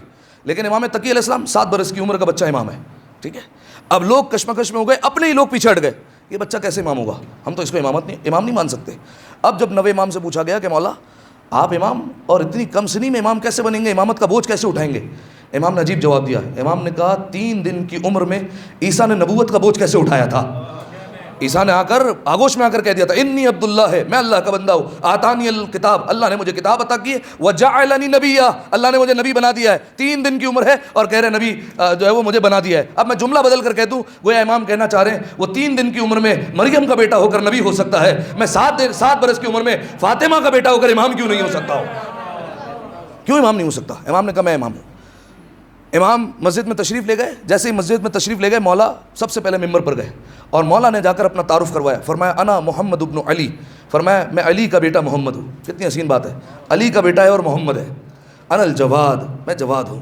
انا عالم بانساب الناس فی الاسلاب, عجیب جملہ کہا. فرمایا لوگوں کی صلب میں جو ابھی بچے موجود ہیں ان کا شجرہ بھی میں جانتا ہوں, مجھے پتا ہے ان کا شجرہ کیا ہے. یہ نہیں کہا جو سامنے بیٹھے ہیں ان کا شجرہ جانتا ہوں, یہ بھی نہیں کہا جو ماؤں کے شکم میں, فرمایا جو باپ کی صلبوں میں ہے, فرمایا ان کا بھی شجرہ جانتا ہوں. اس میں حیرت کی بات نہیں ہے, علی کی تلوار بھی جب چلتی ہے تو وہ شجرے دیکھ کر چلا کرتی ہے, یہ تو پھر علی کا بیٹا ہے. لہذا فرمایا کہ میں جانتا ہوں کہ لوگوں کی ظلم میں جو بچے موجود ہیں ان کا شجرہ کیا ہے. انا عالم بسرائرکم, میں تمہارے رازوں کو بھی جانتا ہوں, تمہارے دل کے اندر کیا ہے. وباطنکم, تمہارے باطن کو بھی جانتا ہوں, تمہارے ظاہر کو بھی جانتا ہوں. فرمایا دیکھو یہ جو علم اللہ نے ہمیں عطا کیا ہے یہ مت سمجھنا کہ ہم یہاں آ کر سیکھتے ہیں, ہم وہاں سے سکھا کر بھیجے جاتے ہیں. فرمایا اور یہ علم ہمارا دنیا سے پہلے جب کوئی بھی نہیں تھا تب اللہ نے ہمیں علم عطا کیا, اور جب آسمان اور زمین سب فنا ہو جائے گا اس کے بعد بھی ہمارا علم باقی رہے گا, ہمارا علم ایسے ہی رہنے والا ہے. بس سامعین محترم, اتنی چھوٹی عمر اور مولا بڑے بڑے معجزے دکھا رہے ہیں مدینہ منورہ میں اور علم کی تبلیغ کر رہے ہیں. یہ وہ موقع آیا کہ جب مامون نے امام محمد تقی علیہ السلام کو بغداد کی طرف بلایا. اب جب نوے امام چلے, راستے کے واقعات میں پہلے عرض کر چاہوں, وہ سارے واقعات چھوڑے. اب مولا کا جملہ یاد رکھیے گا, میں تمہارے ظاہر کو بھی جانتا ہوں, باطن کو بھی جانتا ہوں, میں تمہارے صلب میں موجود بچوں کے شجروں کو جانتا ہوں, سب کو جانتا ہوں. اللہ نے علم ہمیں پہلے سے ہی عطا کر دیا ہے. یہی وجہ ہے کہ جب نوے امام بغداد پہنچے ہیں, ایک مناظرہ ایسا ہے جو مولا کا 3 دن تک چلا ہے, ٹھیک ہے. بزم سجائی گئی, محفل سجائی گئی, اس میں لوگ آتے رہے اور 3 دن تک مسلسل مولا سے سوال ہوتے رہے. 3 دن میں جانتے ہیں مولا نے کتنے سوالوں کے جواب دیے؟ 30,000 سوالوں کے جواب دیے. کتنی عمر ہے؟ 7 برس کا بچہ ہے اور 30,000 سوالوں کے جواب دیے جا رہے ہیں. کتنے قطار میں لوگ ایسے آتے تھے جو آ کر کہتے تھے مولا ہر براٹ میں اتنا وقت ہو گیا کھڑے ہوئے میں سوال بھول گیا. مولا کہتے تھے اچھا سوال یہ تھا اور تیرا جواب یہ تھا, سوال کا جواب بھی بتا دیا کرتے تھے. کتنے لوگ آتے تھے, 7 برس کا بچہ ہے, کتنے لوگ آتے تھے مولا فقط کہہ دیتے تھے ہاں, کسی کو کہتے تھے نہ, کیونکہ دل میں جانتے ہیں کیا سوال لے کر آیا ہے, ہاں یا نہ میں جواب دے دیا, اسے واپس کر دیا. 30,000 سوالوں کے مولا نے ایک ہی نشست میں جواب دیا. 3 دن تک یہ مناظرہ چلتا رہا, لوگ آ کر سوال پوچھتے رہے. ایک موقع بتائیے کہ امام تقی نے کہا ہو کہ مجھے جواب نہیں آتا, ٹھیک ہے, کہاں سے پوچھ رہے ہو کتاب سوچنے دو, کہاں سے پوچھ رہے ہو کتاب سوچنے دو, کہاں سے پوچھ رہے ہو کتاب سوچنے دو, حوالہ یاد نہیں ہے نصاب سوچنے دو, اور علی کی زندگی میں کوئی ایسا سوال تو لا ہو, مصرع بدل کر کہتا ہوں, تقی کی زندگی میں کوئی ایسا سوال تو لا ہو کہ جب تقی نے کہا ہو جواب سوچنے دو. ایک مرتبہ نہیں کہا, ایک مرتبہ نہیں کہا, حجت ہوتی ہی وہی ہے، امام ہوتا ہی وہی ہے۔ امام کی علامتوں میں سے کہ جب امام سے پوچھا جائے گا امام نہیں کہے گا، امام یہ نہیں کہے گا مجھے نہیں آتا، نہ امام یہ کہے گا کہ رکو میں بیٹی سے مسئلہ پوچھ کر آتا ہوں، نہیں کہے گا، کہیں پر بھی نہیں کہے گا۔ امام فوراً جواب دے گا۔ امام ہوتا ہی وہی ہے جو بر وقت جواب دے، ٹھیک ہے، کیونکہ امام کے مٹھی میں کائنات رہتی ہے، صحیح ہے۔ امام کو پوری کائنات پر نظر دوڑانے کی ضرورت نہیں ہے، امام کے ہاتھوں میں حفظ نظام رہتا ہے، لہذا کیا مشکل ہے ان کے لیے جواب دینا۔ اب کئی سوال کیے گئے امام سے ان کی زندگی میں، میں آپ کے سامنے 4-5 سوال رکھ دیتا ہوں، اور آخر میں ایک مشہور روایت جس کے بغیر جشن مکمل نہیں ہو سکتا وہ بھی عرض کرتا ہوں۔ امام سے ایک سوال پوچھا گیا، امام سے کہا گیا مولا ذرا یہ بتائیے کہ یہ جو دریا دجلہ بہہ رہا ہے، اتنا بڑا دریا ہے، ہم نے سنا ہے کہ آپ کے شیعہ دعویٰ کرتے ہیں کہ آپ کو دجلہ کا وزن پتہ ہے، کتنی لہریں ہوتی ہیں سمندر میں، کتنا پانی بڑھتا ہے کم ہوتا ہے، کتنی لہریں آتی ہیں جاتی ہیں، ہم نے سنا ہے آپ کو دریا کی لہروں کا وزن پتہ ہے، دریا کا وزن آپ جانتے ہیں؟ مولا نے کہا ہاں۔ فرمایا ہمیں سمجھ میں نہیں آتا، ایک انسان ہو کر آپ اتنا دریا کا علم رکھتے ہیں کہ اس لہر کا کتنا وزن ہے، جو لہر آ رہی ہے اس کا کیا وزن ہے، جو لہر جا رہی ہے اس کا کیا وزن ہے، مستقبل میں کتنا وزن ہو جائے گا، ماضی میں کتنا وزن رہا ہے، یہ آپ کو کیسے علم ہے؟ ہم یہ نہیں مانتے۔ امام نے کہا ایک بات جواب دے دے، اگر اللہ چاہے تو یہ سارا علم جو سمندر کی لہروں کا وزن ہے یہ ایک مچھر کے سینے میں رکھ سکتا ہے یا نہیں رکھ سکتا؟ کہا فرزند رسول رکھ سکتا ہے اگر اللہ چاہے، ان اللہ علی کل شیء قدیر۔ امام نے کہا حیرت ہے تیری عقل پر، اللہ مچھر کے سینے کو تو علم سے بھر دے اور حجت کا سینہ خالی رکھے گا؟ حجت ہوتی وہی ہے جو ہر شے کا جواب دے۔ فرمایا یہ کیسے ہو سکتا ہے؟ اللہ مچھر کو دینا چاہے تو دے دے اور حجت کا سینہ جو ہے وہ علم سے خالی رکھ دے، یہ نہیں جو ہے وہ کیسے سمجھ میں آ گیا تجھے؟ امام نے جواب دیا۔ ایک سوال امام سے کیا گیا، مولا بتائیے حج افضل ہے یا آپ کے بابا کی زیارت افضل ہے؟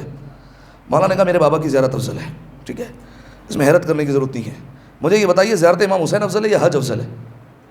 زیارت امام حسین، حج واجب ہے، واجب کی اہمیت اپنی جگہ پر، حج چھوڑا نہیں جا سکتا، استطاعت ہو جائے گی جانا پڑے گا، حج کرنا پڑے گا، لیکن افضل کون سی ہے؟ بعض مستحبات ایسے ہوتے ہیں جو واجب سے زیادہ ثواب رکھتے ہیں۔ ایک سیدھی مثال، سلام کرنے میں کتنی نیکیاں ملتی ہے؟ 69۔ جواب دینے میں ایک، جواب دینا کیا ہے؟ واجب ہے، واجب پر ایک نیکی مل رہی ہے، مستحب پر 69 مل رہی ہے، ٹھیک ہے۔ مستحب اور واجب میں سے اہمیت زیادہ واجب کی ہوتی ہے، لیکن مستحب کا ثواب بڑھ سکتا ہے، ٹھیک ہے، مستحب کا ثواب زیادہ ہو سکتا ہے۔ زیارت امام حسین اور حج میں سے حج واجب ہے لیکن زیادہ فضیلت زیادہ ثواب زیارت امام حسین علیہ السلام کا ہے۔ اب ایک عجیب سوال کروں، امام حسین علیہ السلام کی زیارت افضل ہے یا امام رضا کی زیارت کی افضل ہے؟ کون سی زیارت افضل ہے؟ امام سے پوچھا گیا، نوے امام سے، مولا بتائیے آپ کے جد حسین کی زیارت افضل یا آپ کے بابا رضا کی زیارت افضل؟ اب دیکھیے یہاں پر رک کر ایک روایت رکھتا ہوں، جب قیامت کے میدان میں پروردگار عالم جنت تقسیم کرے گا نا تو جنت میں کئی درجے ہوں گے، آپ جانتے ہیں، بعض روایتیں ایسی ہیں ایک ایک آیت پڑھتے جاؤ اور جنت میں اپنا درجہ بڑھاتے جاؤ، ٹھیک ہے، ایسی بھی روایتیں۔ جو جنت میں اچھے مقام پر ہوں گے جب وہ اپنا سر اٹھا کر دیکھیں گے انہیں نظر آئے گا کہ کوئی لوگ ایسے ہیں کہ جو اتنے بلند مقام پر موجود ہیں جن تک ہماری صرف آنکھیں جا رہی ہیں، ہم ان کا مقام نہیں دے سکتے، ٹھیک ہے۔ یعنی روایت کے جملے ہیں کہ جیسے اہل زمین ستاروں کو دیکھا کرتے تھے ویسے اہل جنت ان لوگوں کو دیکھا کریں گے۔ پوچھا جائے گا یہ لوگ کون ہیں؟ جواب آئے گا کہ یہ حسین کے زوار ہیں، یہ حسین کے زائد ہیں جنہیں پروردگار عالم نے اتنا بلند مقام دیا۔ یعنی جو جنت میں لوگ ہیں وہ ستاروں کی طرح اتنا بلند مقام پہ ان کو دیکھیں گے، اتنی بلند جنت میں ہوں گے کربلا کے زائر۔ اب جو کربلا کے زائر ہیں وہ نظر اٹھا کر دیکھیں گے تو ایک اور مقام نظر آئے گا اوپر، یہ کون ہے؟ فرمایا امام رضا کے زوار ہیں۔ یہ کیسے ہو سکتا ہے امام رضا کے زوار؟ نوے امام نے جواب دیا، فرمایا اس لیے کہ حسین کی زیارت پر ہر ایک جا سکتا ہے، حسین کی زیارت پر تمہیں ہر ایک ملے گا، تمہیں مسلمان بھی ملے گا، کافر بھی ملے گا، عیسائی بھی ملے گا، یہودی بھی ملے گا، نصیری بھی ملے گا، گلو کرنے والا بھی ملے گا، مقصر بھی ملے گا، ہر فرقے کا بندہ تمہیں وہاں نظر آئے گا۔ فرمایا میرے بابا کی زیارت پر صرف وہ جا سکتا ہے جو ان کا خالص شیعہ ہو، اس کے علاوہ کوئی نہیں جا سکتا، ٹھیک ہے۔ لیکن ہمارے یہاں بے معرفتی ہے، ٹھیک ہے، ہم کربلا جاتے ہیں اور جانا چاہیے اور اس کی معرفت بہت زیادہ ہے، اس کا ثواب بہت زیادہ ہے، جانا چاہیے، اس میں کمی نہیں ہونی چاہیے اور اضافہ ہونا چاہیے، ٹھیک ہے۔ بلکہ حدیث بھی آپ کے سامنے پڑھی تھی کہ جو امیر ہے، جو عمرا ہے، ان کے متعلق روایت ہے کہ سال میں 2 مرتبہ امام حسین علیہ السلام کی زیارت پر جانا ان پر فرض ہے، جاؤ زیارت پر۔ اور جو غریب ہے سال میں 1 مرتبہ زیارت پر جانا واجب ہے، ٹھیک ہے۔ واجب سے مراد یہ فقہی والا واجب نہیں ہے، اخلاقی طور پر واجب کہا گیا اہمیت سمجھانے کے لیے، 1 مرتبہ جانا واجب ہے، جاؤ، نمک کے ساتھ روٹی کھاتے ہو کھاؤ، لیکن حسین کی زیارت پر پہنچو، زیارت کرنا ضروری ہے، ٹھیک ہے، بہت لازم ہے امام حسین علیہ السلام کی زیارت کرنا۔ لیکن ہم میں سے بہت کم لوگ ہوتے ہیں جن کو ہم سنتے ہیں کہ امام رضا کی زیارت پر جا رہے ہیں، بہت کم ہوتے ہیں، ٹھیک ہے۔ اور اگر امام رضا کی زیارت پر چلے گئے بہت کم لوگ ہوتے ہیں جو جناب معصوم کم کے یہاں حاضری دیتے ہیں، ٹھیک ہے، بہت کم ہوتے ہیں۔ حالانکہ جناب معصوم کم کی زیارت کا ثواب جناب فاطمہ کی زیارت کے برابر، لیکن پھر بھی لوگ کم دکھائی دیتے ہیں۔ اسی طریقے سے ہمارے یہاں عمرہ کرنے کا رجحان بھی کم پایا جاتا ہے، حالانکہ وہاں پر بھی ہمارے معصومین علیہ السلام ہے، وہاں کی بھی رونق الگ ہے۔ جو خانہ کعبہ کو دیکھ کر آ جائے پھر دعا کرتا رہتا ہے اللہ ہمیں دوبارہ بلا لے یہاں پر، ہم دوبارہ آئے۔ اور یہ روایت ہے جو کعبے میں پہنچے اور دعا نہ کرے کہ ہمیں پھر آنا ہے، فرمایا وہ ملعون ہے۔ ٹھیک ہے, وہ خدا کی رحمت سے دور ہے. بعض لوگ آپ کو ملتے ہیں نا, بس ایک دفعہ چلے جائیں بس خانہ کعبہ, پھر اس کے بعد تو زیارت ہی زیارت کرنی ہے. ٹھیک ہے, حضور زیارت کریں, لیکن اس کی اہمیت جو ہے وہ اپنے مقام پر ہے, اس کی رونق اپنے مقام پر, اس کی اہمیت کو کوئی گھٹا نہیں سکتا. لہذا 90 امام سے پوچھا گیا امام حسین کی زیارت افضل یا امام رضا کی زیارت افضل؟ کہا میرے بابا کی زیارت افضل ہے. ایک اور سوال کیا گیا امام سے, عجیب سوال. ایک شخص کہتا ہے مولا, امام کو خط لکھتا ہے, کہا مولا سوال یہ ہے کہ میں دنیا اور آخرت میں آپ کے ساتھ رہنا چاہتا ہوں, کچھ ایسا بتا دے کہ میں پڑھتا رہوں, دنیا میں بھی آپ کے ساتھ رہوں, آخرت میں بھی آپ کے ساتھ رہوں. مولا نے کہا کہ اکثر من تلاوت انا انزلنا ورتب شفتیک بالاستغفار, فرمایا زیادہ سے زیادہ انا انزلنا کی تلاوت کرو اور اپنے ہونٹوں کو استغفار کی تری سے تر رکھو, یعنی زیادہ سے زیادہ استغفار بھی پڑھو, انا انزلنا بھی پڑھو. فرمایا آخرت میں تم ہمارے ساتھ ہوں گے. کون ایسا بندہ ہے جو 90 امام کے ساتھ رہنا نہیں چاہتا جنت میں؟ کون ایسا بندہ ہے جو امام کا پڑوسی بننا نہیں چاہتا؟ ہر ایک چاہتا ہے. ایک اور روایت بھی پیغام کی صورت میں سن لیجیے. امام کے پاس ایک شخص آیا اور کہا کہ مولا میں اپنے باپ کی طرح کرتا ہوں. امام نے کہا تیرا باپ کیا کیا کرتا تھا؟ فرمایا میرے باپ کی ایک عادت تھی کہ وہ ایک قرآن ختم کرتا تھا اور وہ رسول اللہ کو ہدیہ کیا کرتا تھا, پھر دوسرا قرآن پڑھا کرتا تھا, پھر وہ امیر المومنین کو ہدیہ کرتا تھا, پھر تیسرا قرآن پڑھتا تھا امام حسن کو, اور ایک ایک کر کے یہاں تک کہ آپ تک سلسلہ پہنچ جاتا تھا. اس طریقے سے ہدیہ کرتے ہیں. مولا میں بھی ایسے ہی کرتا ہوں. امام نے کہا کہ جب تو ایسا کرتا ہے تو تو ہمارے ساتھ جنت میں ہمارے درجے میں ہوگا, ہمارے ساتھ رہے گا. کہا آپ کے ساتھ؟ مولا نے کہا نعم نعم نعم, ہاں ہاں ہاں, تو ہمارے ساتھ ہمارے درجے میں رہے گا. اس کے بعد کہتا ہے کہ کبھی کبھار آپ کی دادی فاطمہ کو بھی ہدیہ کر دیتا ہوں. امام نے کہا ان کا زیادہ حق ہے, انہیں ہم سے زیادہ ہدیہ کیا کرو, کیونکہ وہ ہماری جدہ ہے, ہم پر بھی حجت ہے, لہٰذا انہیں زیادہ ہدیہ کیا کرو. لہٰذا سامعین محترم, ہم قرآن تو پورا نہیں پڑھ سکتے. وہ عرب لوگ تھے, ایک دن میں پورا قرآن ختم کر دیا, رات میں قرآن کی تلاوت کر دی. ہم میں سے کتنے ایسے بیٹھے جو ماہ رمضان میں قرآن دیکھیں گے کیسا ہوتا ہے؟ اچھا ایسا ہوتا ہے قرآن, اچھا اتنی آیتیں قرآن میں, اتنے سورے ہوتے ہیں, ماہ رمضان میں پتہ چلے گا. اتنا موٹا قرآن ہوتا ہے, اس میں اتنی سورہ ہے, اتنی آیتیں, وہ اس کو پتہ چلے گا. کتنے لوگوں کو پتہ ہی نہیں ہوتا ہے قرآن کیسا ہے. اور یہ آخری زمانے کی نشانی ہے, قرآن صرف رسموں کے لیے رہ جائے گا اور رسموں کے لیے باقی رہے گا. لہذا یہ نہیں کر سکتے قرآن کی تلاوت, پورا قرآن ختم نہیں کر سکتے, ایک یاسین پڑھ کر ہدیہ کر دیجیے. اچھا یہ بھی نہیں کر سکتے روزانہ سورہ یاسین نہیں پڑھ سکتے, ایک درود کی تسبیح پڑھ کر ہدیہ کر دیں. یہ بھی نہیں کر سکتے تو روزانہ عادت بنا لیجیے, 3 مرتبہ سورہ اخلاص پڑھ کے رسول اللہ کو ہدیہ کریں گے, اگلے دن 3 مرتبہ سورہ اخلاص پڑھ کر امیر کائنات کو ہدیہ کریں گے, اگلے دن پھر 3 مرتبہ سورہ اخلاص پڑھ کر جناب سیدہ کو ہدیہ کریں گے. سلسلہ کرتے کرتے زمانے کے امام تک پہنچا دیں. 3 مرتبہ سورہ اخلاص پڑھنے کا کیا ثواب ہے؟ ایک قرآن ختم کرنے کا. ٹھیک ہے, قرآن ختم کیا, امام کو ہدیہ کر دیا, کتنا بڑا انعام ہے. امام کے ساتھ رہیں گے. الفاظ بدل کر کہوں, جنت پہ کبھی علی کے ساتھ بیٹھ کے, کبھی سلمان کے ساتھ اٹھنا, کبھی میثم کے ساتھ بیٹھنا, کبھی کمبر کے ساتھ چلنا, کتنی حسین جو ہے وہ نعمت مل جائے گی پروردگار عالم کی طرف سے اگر فقط اس پر عمل کر لیا. ٹھیک ہے, 90 امام سے یہ سوالات کیے گئے. اب ایک جو ہے وہ آخر میں بس بات ختم ہو جائے اور ایک روایت عرض کر دوں آپ کے سامنے اور نتیجہ دے کر بات ختم ہو جائے. امام کا مشہور مناظرہ, جب امام بغداد میں پہنچ کر اپنے علم کے کرشمے دکھا رہے تھے تو مامون نے یہ فیصلہ کیا کہ اب میں اپنی ایک بیٹی کا عقد 90 امام سے کر دوں گا. امام غمزنی میں کہا اس سے عقد کر دوں گا. بنی عباس کے جو لوگ تھے وہ غصہ ہو گئے مامون پر, کہا یہ کیا طریقہ کار ہے, ایک بیٹی کا عقد کر دیا تو نے 8ویں امام سے, امام رضا سے عقد کر دیا, اب دوسری بیٹی رہ گئی اس کا عقد تو کر رہا ہے 90 امام سے. فرمایا کیا بنی عباس کے مرد مر گئے؟ کیا تو ہم میں سے کسی کو اپنا جانشین نہیں بنا سکتا تاکہ تو جائے تو ہم میں سے کوئی بادشاہت کر سکے؟ تو انہیں بنا رہا ہے, انہیں کیوں بنا رہا ہے, ہم میں سے کسی کو بنا دے, اس بچے کو تو یہ شرف بخش رہا ہے. مامون نے کہا کہ یہ بچہ نہیں ہے, اس سے پوچھو جو پوچھنا چاہتے ہو, یہ تمہیں جواب دے گا. دشمن خدا ہے لیکن اتنا پتہ ہے علم کا عمر سے کوئی تعلق نہیں ہوتا. ٹھیک ہے, اس کو بھی پتہ ہے. لہذا اس نے کہا بچہ ہے لیکن جو پوچھنا چاہتے ہو پوچھو اس سے. کہا کہ ٹھیک ہے, جو بندہ ہم لے کر آئے. کہا جو بندہ لے کر آنا چاہتے ہو لے کر آ جاؤ. مہلت دی گئی اور انتظار ہوا. کس کا انتخاب ہوا؟ قاضی القضات, جیسے ہماری زبان میں کہتے ہیں چیف جسٹس, مفتی اعظم, جس کا نام تھا یحییٰ ابن اقسم. ٹھیک ہے, اس کو بلایا گیا. روایت کے جملے, یہ مناظرہ دیکھنے کے لیے 1.5 لاکھ کا مجمع جمع ہوا. ٹھیک ہے, یہ صرف مناظرہ دیکھنے کے لیے, کیونکہ اس مناظرے پر طے ہونا تھا کہ مامون کی بیٹی کی شادی کس سے ہونی ہے, 90 امام سے ہونی ہے یا بنی عباس کے کسی فرد سے ہونی ہے. لہذا مناظرہ رکھا گیا. 1.5 لاکھ کا مجمع جمع ہوا. 900 مفتیوں کی کرسیاں صرف دربار میں لگائی گئی. ٹھیک ہے, 900 مفتی بٹھائے گئے دائیں بائیں, اور 2 عظیم کرسیاں لگائی گئی, ایک پہ 90 امام بیٹھے, ایک پر یحییٰ ابن اقسم بیٹھا. اور جب یحییٰ ابن اقسم نے مجمع دیکھا, سر نظر آ رہے ہیں, یحییٰ ابن اقسم نے کہا کہ اب بڑا اچھا موقع ہے کہ میں اپنی علمیت کا اظہار کروں اور اپنی بڑائی بتاؤں لوگوں کو کہ میں کتنا علم رکھتا ہوں. 80 سال کا تھا اور سامنے کون ہے؟ 7 برس کا بچہ. ٹھیک ہے, اب پوچھنا ہے سوال. اب دیکھیے ہمارے یہاں اگر جو ہے وہ پوچھا جائے بچے سے تو کہیں گے نماز روزے کا سوال نہ کرو, یہ بچہ ہے جواب دے دے گا نماز روزے کا. اس نے کہا یہ خانوادہ اہل بیت کا شخص ہے, نماز روزے کا سوال نہیں کرنا, حج کا سوال کرتے ہیں, یہ حج کا جواب نہیں دے سکے گا. اسے کیا پتہ اس کا بابا کعبے میں آیا ہے تبھی تو حج واجب ہوا ہے.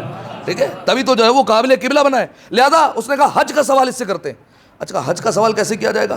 فرمایا حج کے باب میں بھی کفارے کا ٹاپک سب سے مشکل ہے. ٹھیک ہے, اب یہ بہت سارے لوگ بیٹھے ہوئے یہاں پر نظر آ رہے ہیں جو عمرے پر جا چکے ہیں, پروردگار عالم سب کو نصیب فرمائے. جب وہ لباس احرام پہنتے ساری چیزیں تقریباً چیزیں حرام ہو جاتی ہیں ان پر. کیا کیا حرام ہو جاتا ہے؟ ان پر حرام ہو جاتا ہے کہ وہ خوشبو نہیں لگا سکتے, ٹھیک ہے.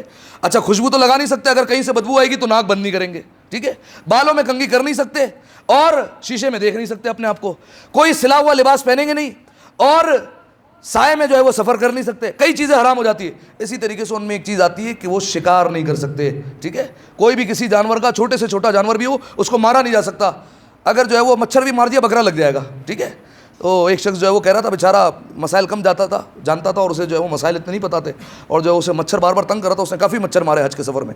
تو مولانا صاحب سے آخر میں کہنے لگا اسلام رعایت نہیں دے سکتا, بکرے کی جگہ پر مرغی نہیں ہو سکتی ہے یہاں پر, ٹھیک ہے. یہاں پر اس نے تو چلو لفظ استعمال کیا, بکرے کی جگہ ککڑ نہیں ہو سکتا یہاں پر, ٹھیک ہے. اس کو جو ہے وہ ذبح نہیں کیا جا سکتا. تو چھوٹی چھوٹی چیز پر اتنے بڑے بڑے کفارے لگ جایا کرتے, کہیں ایک بکرا, کہیں دو بکرے, کہیں چار بکرے, اس طریقے سے کفارے لگ جایا کرتے ہیں. تو ان میں سے ایک ہے شکار کرنا.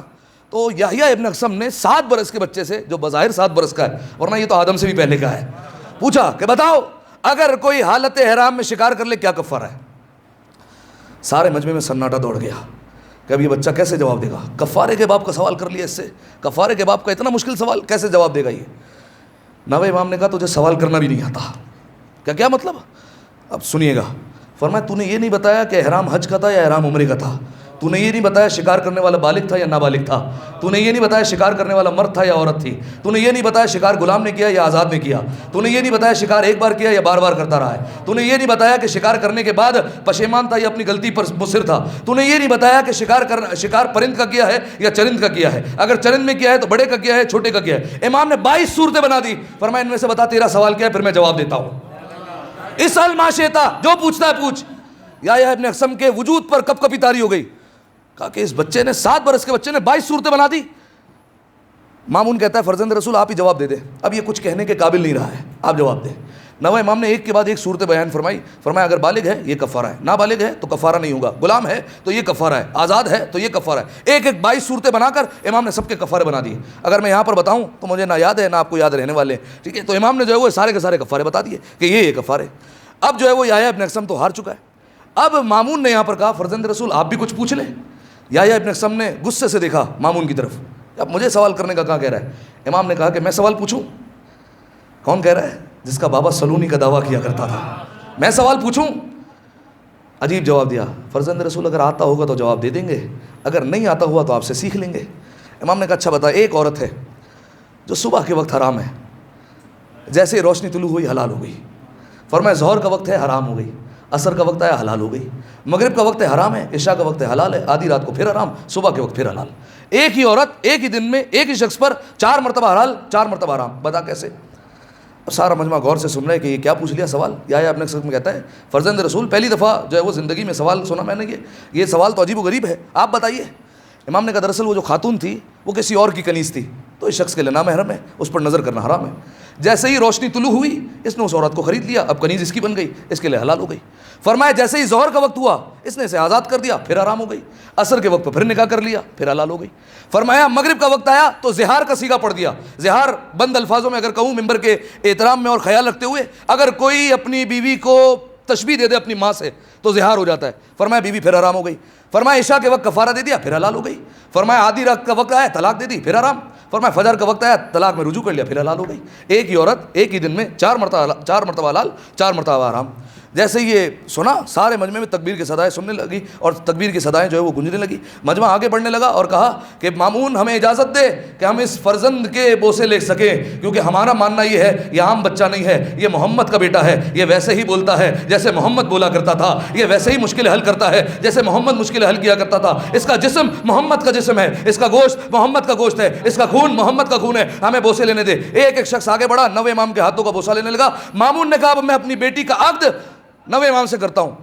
اب جو ہے وہ آخری جملہ, نویں امام کے عقد کی باری آئی تو یہ طے ہونے لگا کہ کون نکاح پڑھے گا, کون عقد پڑھے گا, ٹھیک ہے. وہاں پر 900 مفتی ہے, کوئی بھی پڑھ سکتا ہے. یحییٰ ابن اقسم مفتی اعظم ہے, وہ بھی پڑھ سکتا ہے.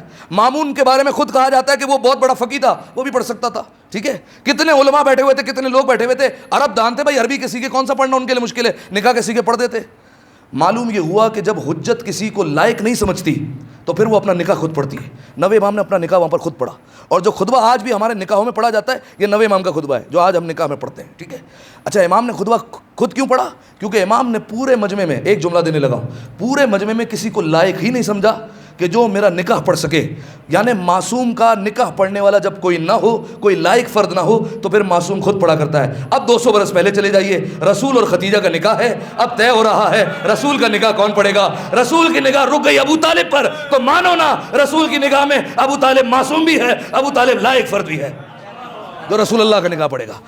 آئیے دعا کرتے پروردگار عالم سے، پروردگارہ ہماری اس عبادت کو اپنی بارگاہ میں قبول فرما، تمام گناہ صغیرہ اور کبیرہ کو معاف فرما۔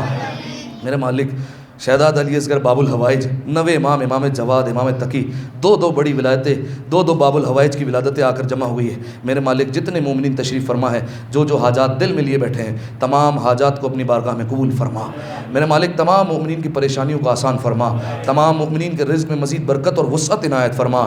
میرے مالک امام جواد کا صدقہ ہے، امام جواد کے صدقے، امام جواد کے توسل سے ہمیں جنت میں امام محمد تقی کے ساتھ محشور فرما، ہمیں امیر المومنین اور رسول اللہ کا رفیق شمار فرما۔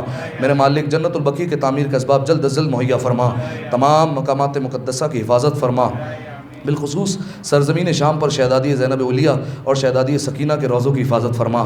پارا چنار کے جتنے مومنین پریشان ہیں اب تک، میرے مالک تمام مومنین کی مشکل کشائی فرما، تمام مومنین کی حمایت اور نصرت فرما، ظالمین کا خاتمہ فرما۔ میرے مالک مظلومین کی حمایت فرما، زمانے کے امام کے ظہور میں تعجیل فرما، ہمیں ان کے اعوان و انصار میں شمار فرما۔ تمام دعاؤں کی قبولیت کے لیے، اپنی صحت و سلامتی کے لیے، تمام مومنین کی صحت و سلامتی کے لیے، بالخصوص زمانے کے امام کی خدمت میں 9 امام کی ولادت کی مبارکباد دینے کے لیے اور شہزادہ علی اصغر باب الحوائج کی مبارکباد پیش کرنے کے لیے جیتی جاگتی صلوات پڑھ دیجیے۔ اللہ صلی اللہ علیہ